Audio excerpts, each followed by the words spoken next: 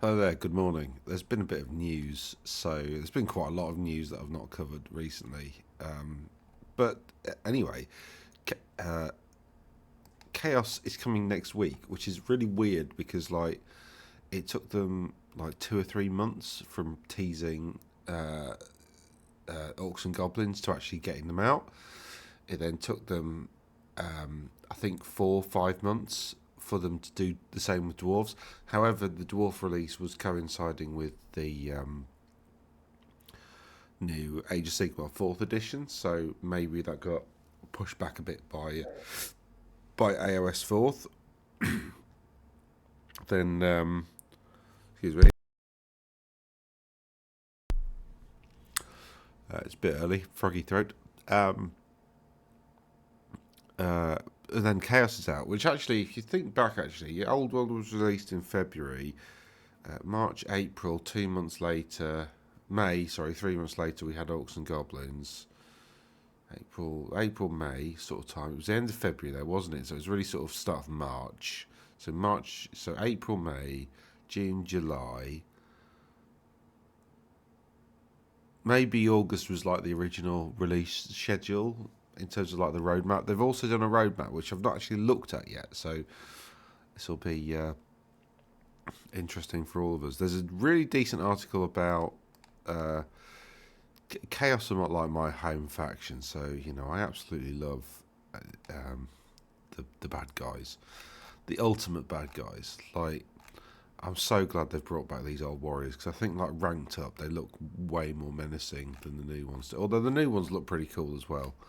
So you got a choice really. I think the new ones make good chosen, to be honest, because they're a bit more ornate and a bit more kind of dynamic.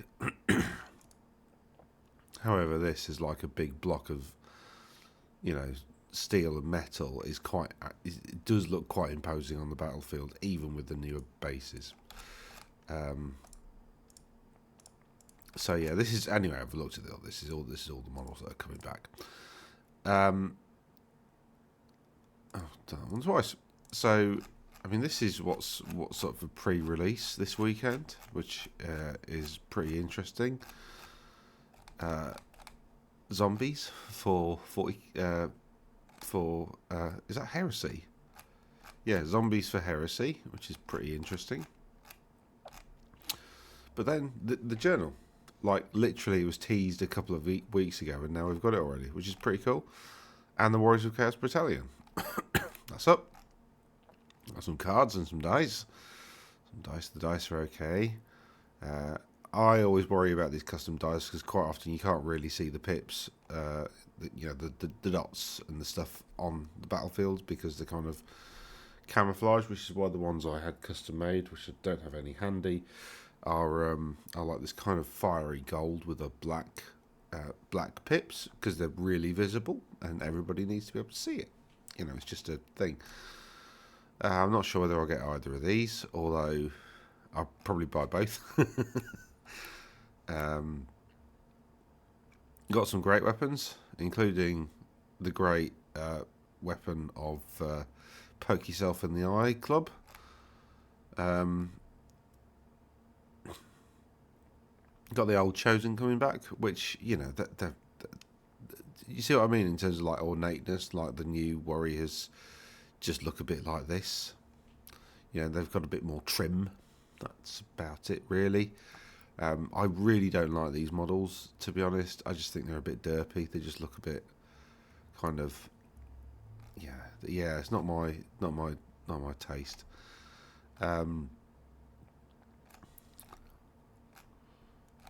Yeah, and then all this stuff is out this weekend as well. So we got Dragon Ogres back, which is really nice to see. So giant spawn, I might get one of those. It depends what the rules are like, really. Like I'll probably get some skin wolves anyway because they're just lovely models, and the way they've painted them here, that is absolutely banging. That's brilliant. Love that. Right, anyway, that's brilliant. I don't know where that accent came from there. I mean, I'm not even from there. You got the Chaos Ogre command group and Chaos Trolls and everything. You got some dwarves made to order as well. I'll probably buy two of her. Because if this is made to order, she'll soon become limited edition. I might buy a couple of those as well. One to actually assemble and one to put in storage forever. Because if it's made to order, that means they're going to do it once and never going to do it again. So this weekend, probably going to be ordering a decent chunk. There's not a lot of I say there's not a lot of actual chaos. There's all this stuff for pre-order as well. Got that one actually. Got that. I've got this one that's on the wrong size base. Pardon me. That needs sorting out. That one's a bit not. Yeah. So yeah, I'm looking forward to all of this. Anyway, that's not what I want to talk about. There's this really interesting article here. They've given us the name of the new. So what they've said is that basically Chaos is weaker. Definitely. I thought it said definitively. Definitely weaker during this time period because it's building up to the great, the destruction of the world, basically. We've compared this time period in the past to the Horus Heresy. What Horus and Erebus really achieved was to reintroduce chaos into the galaxy after the Emperor had all but wiped it out.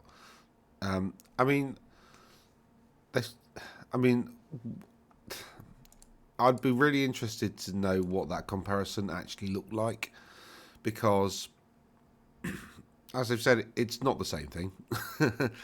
Hasn't quite happened. It's not the same thing at all. Like, the forces of chaos are still there. They're still abundant. They're just in a bit of abeyance at the moment, and they're just fighting amongst themselves. It's like, if you've played Total War, it's like they're still fighting each other at the two peaks. So they're all sort of invading and counter-invading their own species. They're not invading the rest of their own species, their own sort of potential future allies. They haven't been united under the Great Uniter, which is Azovakul,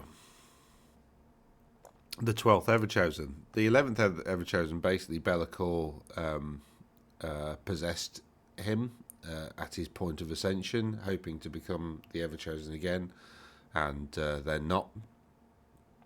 So, Be'lakor cocked up the 11th Everchosen, which meant there wasn't really an invasion, basically. The gods don't really care about destroying the world because, the Chaos gods, they live forever. Oh yeah, the other interesting point is that the four distinct powers you see in Warhammer are indicative of Chaos victorious. So what they're saying is that when Chaos is in its ascendancy, there are more people who end up going down a track of sort of adherence towards just one of the four gods. Whereas, like, in this sort of period where there's more, like, undivided and more minor gods. Because the other thing that people forget about Chaos is that the four gods aren't the only gods. They are the major gods of Chaos, but there's loads and loads and loads of minor gods. So there is this whole massive pantheon. And that's what's really cool about it. You can make up your own gods for your entire army to follow. And you can give them, so in terms of, like, the narrative, you could, those sort of seventh day hoppists. So on every seventh day, they have to hop everywhere. You could have, if you wanted to be silly, or you could just make up your own, god of war and wine or something. And there's a lot of drinking and a lot of war. Or you could create your own god of, I don't know, trees and pestilence or something, or you god of crows and boysenberries, or whatever the hell you want. You can make up. So there's so much flexibility and freedom within Chaos at this stage. This is like the cool bit of Chaos, which is about sort of rebelling against against authority and all that kind of stuff, and freedom to choose, etc., etc., etc. That's kind of the whole point of Chaos, really. It's freedom at this stage, anyway. Before it starts getting really dark, when Archaon kind of rocks up, and although his own personal own personal quest was actually a quest for freedom from everything, he ended up being more bound to the Chaos Gods than he started off, to be honest. But not that Archaon's journey was really his to control anyway, but which is ironic because he thought he was on this quest for freedom and it ended up being a quest into bondage. But anyway, Asavar Kul is the 12th ever chosen. Predecessor was Cardun the Gloried, who didn't get anywhere. So the business was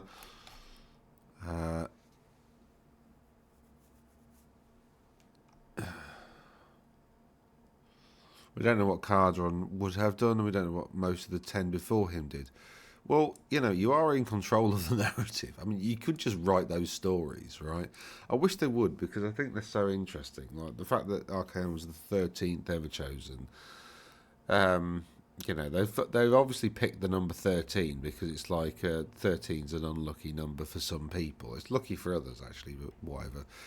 But for some people, it's an unlucky number. But they've never bothered to flesh out the sort of the history of the Everchosen, and I think that's possibly because they ended the Warhammer fantasy world like far too soon. They never really let us properly explore a lot of the narrative.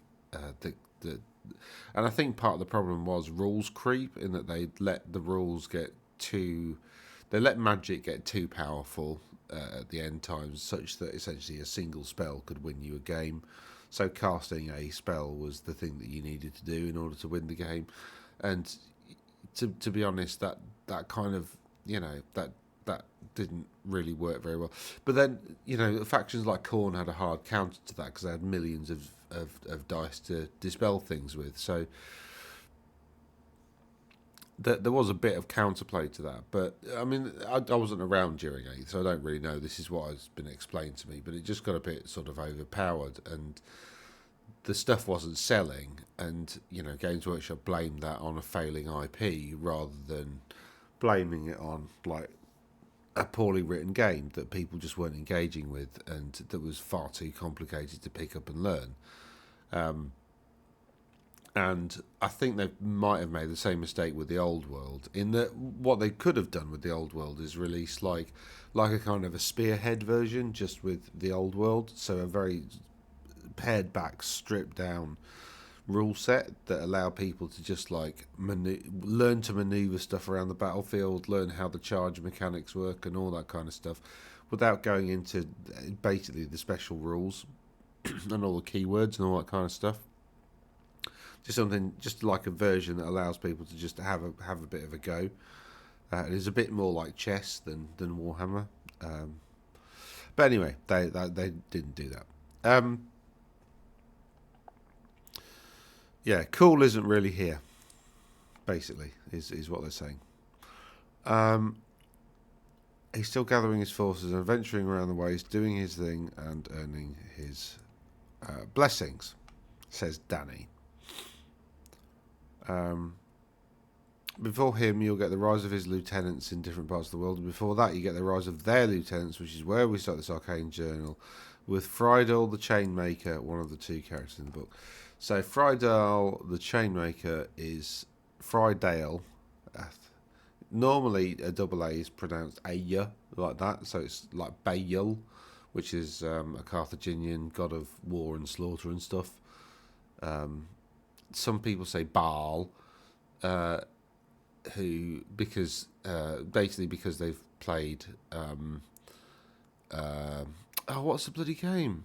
There was a new one out last year. It was all right.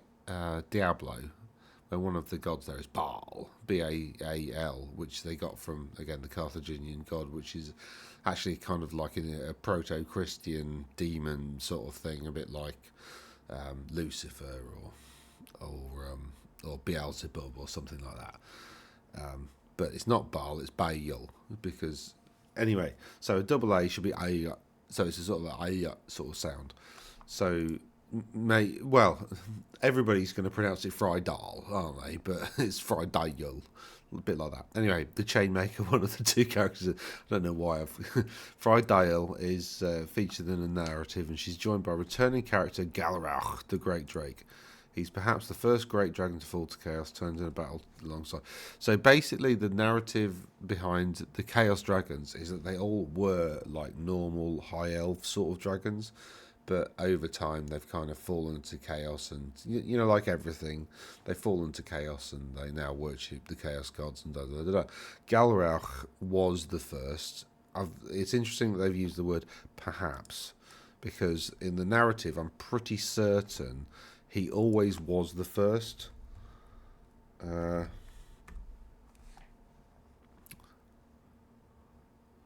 Was that working? Come on, thank you.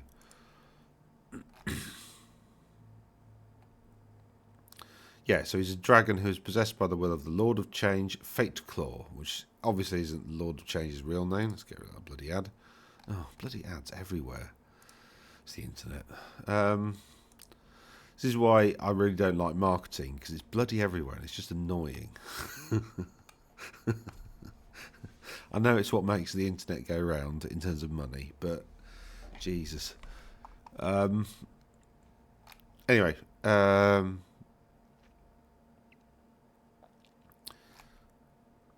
yeah, the strength of the dragons can only be matched by the greatest of the demons. So the greater demons, basically. An Aryan and his dragon, Indrognir, fought against 4 greater demons, one sent.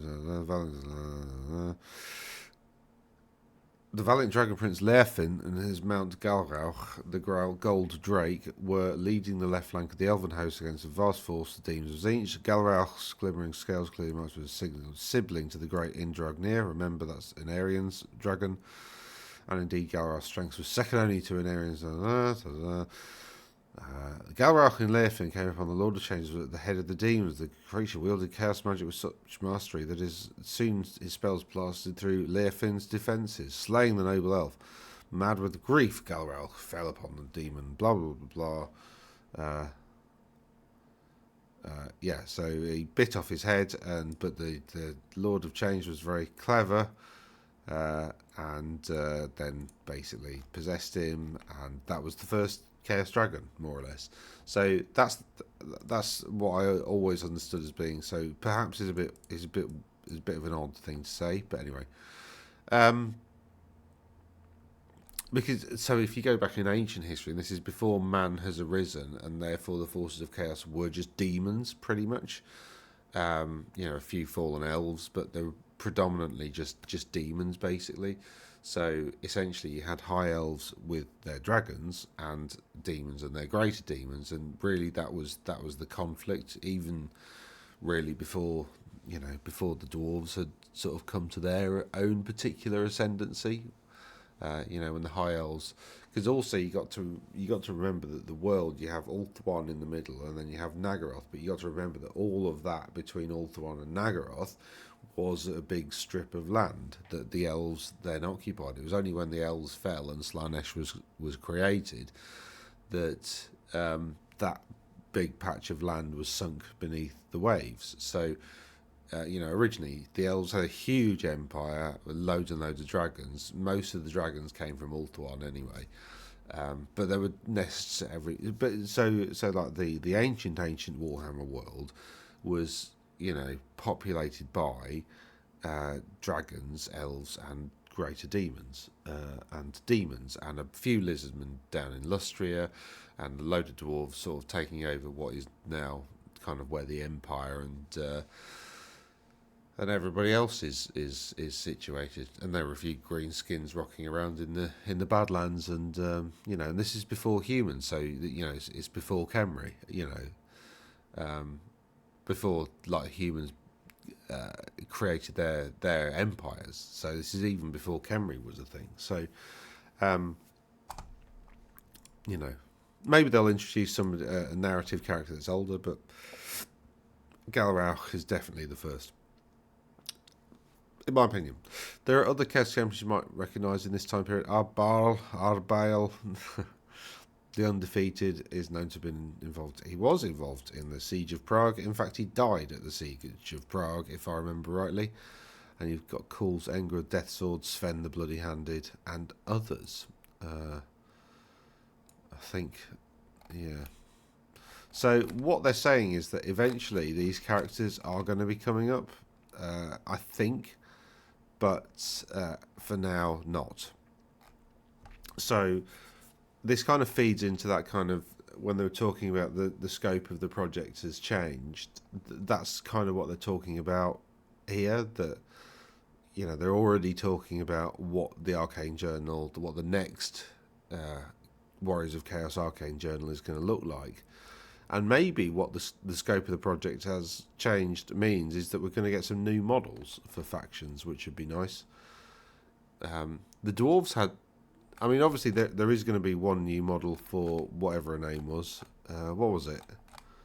Oh, I've forgotten already. It had a double A in it. I remember that. Caerdun. No.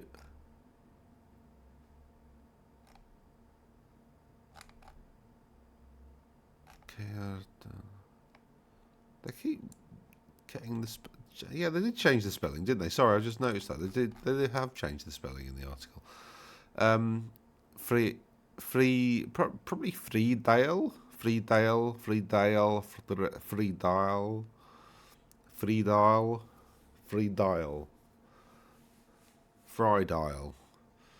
Weird name. Like, why not just have Frida? Like that. I mean, that's basically what they're going for. They're just going for Frida, but they've put an "al" at the end to make it Frida Al. Frida Al. Anyway, yeah. So this is obviously going to be a new model.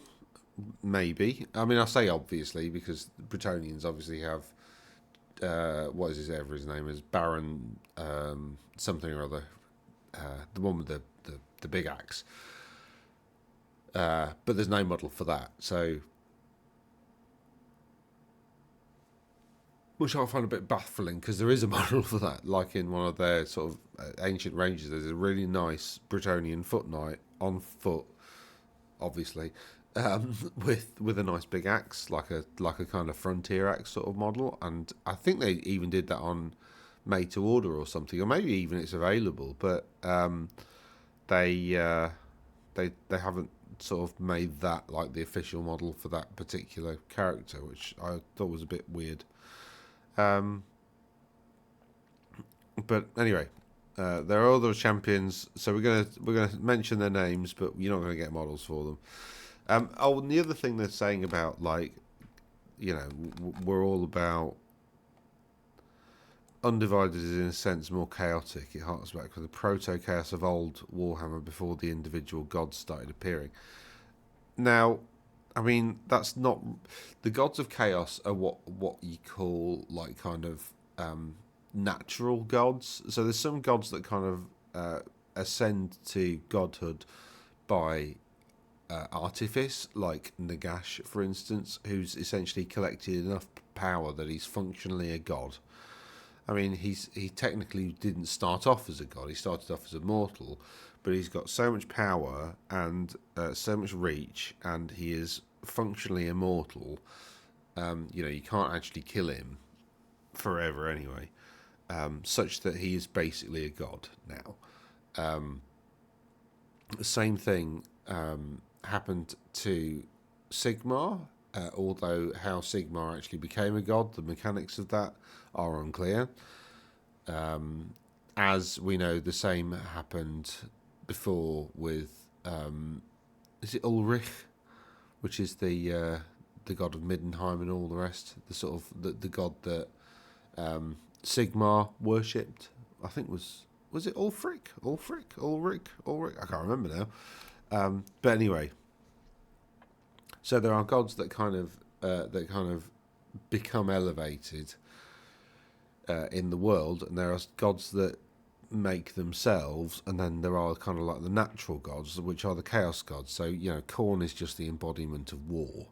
Like that's all Khorne's interested in is bloodshed in combat. That's what he, you know, and you know, we've seen loads of these over, you know, it's basically just Ares. You know what I mean? That's what he is. He's the god of war. Tzeentch is the god of scheming and manipulation, and Nurgle is the god of virulence and disease and all the rest. And before, and Slaanesh is the god of excess. Now, excess wasn't really a thing until it became a thing in the halls of the ancient elven. I say high elf. There weren't there. The ancient elven courts. Because in a world where there isn't plenty and everybody's scrabbling over resources, there's no possibility of excess. Excess comes later, once civilization happens and once people start to get comfortable and start to pursue excesses. So that's where the god of excess comes from, really. So there's a lot of. So when they say the proto gods, I mean the chaos gods are essentially the kind of the natural gods. They're kind of gods of emotions and whims and desires and stuff like that. They're not really like, they're not gods. They're not trying to be like all encompassing gods. Like, so it's like paganism versus Christianity to an extent. So for instance, Sigmar is a bit like, I mean, he's very different, obviously, but he's a bit like this kind of universal god that everybody across the Empire worships. He doesn't have a particular facet or a particular element. He kind of protects all and is all gods and is all things to all men, or tries to be anyway. And that's kind of Sigmar's position. He is the pantheon, really, and eventually becomes the pantheon. But so what am I trying to? So I disagree with this. Like, it harks back to the proto. Like the old gods are always there. War is always there. The desire to manipulate people to achieve your own ends is always there within humanity, elf-manity, dwarf-manity, or whatever you want to. However we're going to change those nouns to be elf kind, dwarf kind, maybe humanity. Those desires, those kind of subtle needs are always there, and they feed these sort of the main chaos gods. But like I said, Undivided in a sense is not more chaotic. It's more that there are loads and loads and loads of gods that everybody worships, and those minor gods might actually end up just being elements of one of the major gods, and that's fine. You might have a god of, like I said, war and wine, so that's a bit of a combination of Khorne and Slaanesh, isn't it? Excess and bloodshed. So ultimately, that tribe that probably worships that is probably cursed, because Slaanesh and Khorne hate each other. So they'll probably destroy that tribe because it worships both of them. But the point I'm making is that all of these little minor gods, they're all part of the grand scheme, and it's not more chaotic. It's just there's more freedom. Within freedom is chaos, and chaos is freedom, and freedom is chaos. Order and structure require, the most orderly and structured society is one of bondage. Not that kind of bondage, but I mean like bondage between everybody. Everybody's a slave underneath one ruler is the most ordered society. However, it's the least free. So, there's always this kind of that's the tension, really. That's the philosophical tension. But and that's why I like chaos, because it's about freedom, and ultimately, and you don't have to get lost to the gods of chaos, and you get to wear cool armor like that. Look at that; it looks awesome. Valnir the Reaper is still alive, and so is Scylla and Fingrim. He becomes a spawn right before a siege. This doesn't mean we're gonna. So we're just gonna mention them. We're just gonna tease them and make you think that we might. For now, the spotlight is on Frydale and what she's doing north of the Empire. So, the almanac will be returning. It is Thursday when I'm recording this, so one tells only the truth, the other speaks only lies. Eh? What? I missed an. JTY and Danny. One speaks. Oh, they're just making a silly thing. Right, and then we've had the Nova Open preview. So we've got. Oh, is this it? This is the roadmap. Will be Empire. Yes, called it. No, I didn't actually. No, sorry, I didn't call it. I thought, somebody pointed out that if you look at the rule book and you look at the cover of the rule book, no, that's not the cover of the rule book. If you look at the rule book and you look at the factions, it seems like they're following a pattern based on the cover. So they went for Tomb Kings and Khemri first, and then they went for Orcs and Goblins, and then Dwarves, and then Warriors of Chaos, so then High Elves, and then Empire. But no, I did call it, because somebody said, well, they've said Chaos now, so it'll be Empire next, because you look at the symmetry. And then I said, yeah, but actually, that's one, two, sorry, who came first? It was Bretonnia, Khemri. I mean, I think the sigil thing's reading a bit too much into it, but like Chaos and the Empire, or Chaos and the High Elves, they're kind of like those, they're the ancient enemies. Like Chaos versus High Elves, that's the ancient conflict, and that's essentially the conflict that the, you know,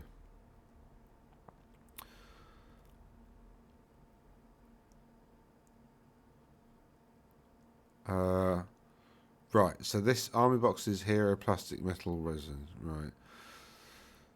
With the old world, blah, blah, blah, pre-order this weekend. Each of your war wagons. Yeah, so we get war wagons and Empire back next. So that's going to be pretty good. And actually, that's pretty good for me because I'm not really got that much to buy and do with Chaos, to be honest. So, yeah. So Empire next, and then High Elves. This poster makes absolutely no sense because this roadmap that seems to be in reverse, going. Anyway, so so they've said next is High Empire, and then after that we've got High Elves.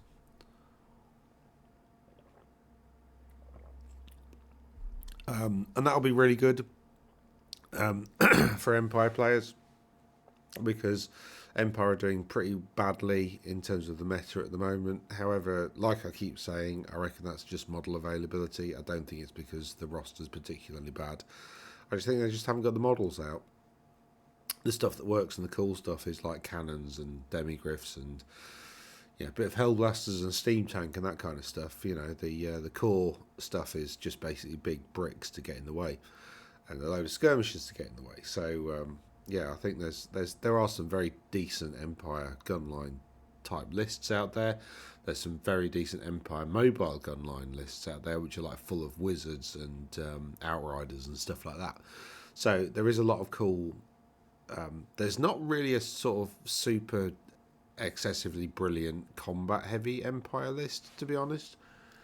You could max out on demigriffs, but they're not that good, annoyingly.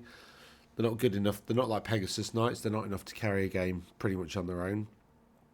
So, so it'll be interesting to see what they do with Empire. I really hope they do like the weird like Cabal hedge wizard sort of thing that they kind of teased a little bit with the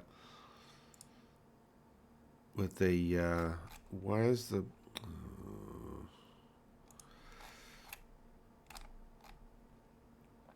there should be. Oh, that's all their sci-fi franchises, and this is hopefully no, it's not there. Then you've got Horse Heresy, and you go, Old World. I want to find the Old World microsite because here, why is every site asked you for cookies? Bloody GDPR. There should be. Here we go. Here's the map. Let me have a look at this. Here we go. Grand Duchy of Talabek. So Talabekland is Harris new witches, warlocks, and secretive guilds. I really hope that they kind of lean into that a little bit, and I'd love for that to be like hedge wizards and like weird guilds of the. You can make like so many like just random orders of the of the sacred nut. Every second Tuesday we worship the sacred nut. Just make up whatever you like. I get the sense really that Middenland, which is at the moment part of the great county of Osterlund, which is essentially all of this, is going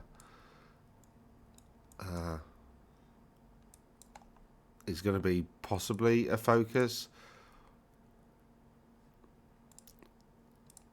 Because you look down here and there's a bit of narrative about the border princes. I mean, this is where you kind of find where the factions are going to be, although they haven't really done anything for like Orcs and Goblins. There's one of these, Shield Summer, which is about nomadic stuff, and one of them's about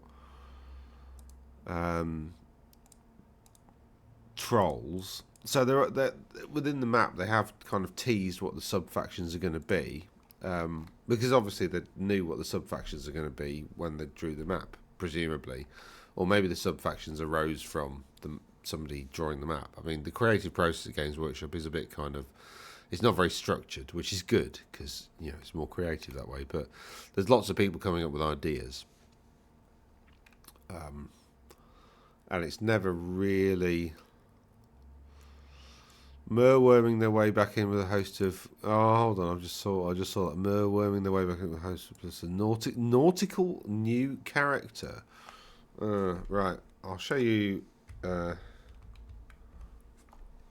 you go. There's the merworm. That's a ridiculous thing.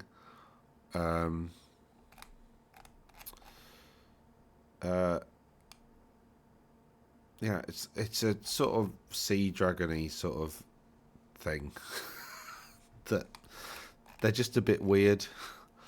But they're bringing back this model presumably because they've got the casts there with. But I don't like the model. I just think it looks rubbish. I know other people will have their opinions, but it's like, oh, it just doesn't really make any sense. Like, and it's not an elf thing. Like, it doesn't look like an elf thing. Do you know what I mean? It looks like a chaos thing, or like I don't know what faction it belongs to really. It's just kind of, yeah. I get they're kind of trying to do the whole Cthulhu thing with it, but like, yeah. I'm not sold. I just think it looks daft and it doesn't really fit in with anything. And like a lot of this is what I mean about the sort of creative process at games which have been a bit chaotic, because like, why did that get made? It doesn't fit into anything, and they've kind of shoehorned it into. Anyway, so they're going to continue to shoehorn the merworm into the High Elves.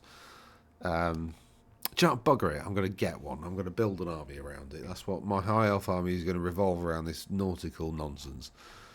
Skycutter Chariots, Lathern Seaguard, Merworm, and whoever the hell this is. That's it.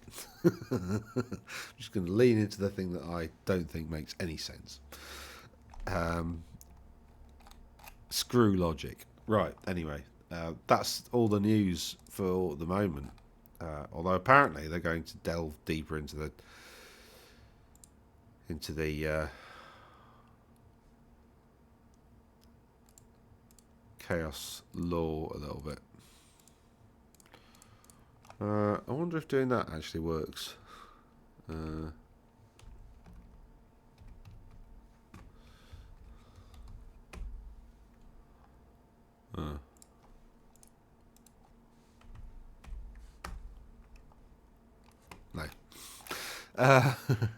No. Anyway, cool. So that's it. So there's going to be more news later on today, and I probably should have recorded this later. But anyway, I didn't. I've got work to do today, and I've got a funeral to go to tomorrow. So I'm probably not going to be doing much Warhammer-y sort of stuff over the rest of the week. And then I've got this weekend. We've got some family stuff on Saturday, so I might be able to do the meta show on Sunday. Actually, get it out relatively early this week because I'm not going away and doing anything. Although there is a strongman comp down the road from me, which I'm very tempted to enter, but I don't want to get injured again, so I'm kind of 50-50 on whether to do that. I don't know. Anyway, if you've liked the video, there's a button for that. If you've got this far and not got too pissed off with me wittering on incessantly, then you probably should subscribe. And I suppose all that's left for me to say is oh, hold on, there was something else I wanted to talk about, wasn't there? Can't remember what it was. Anyway, toodaloo.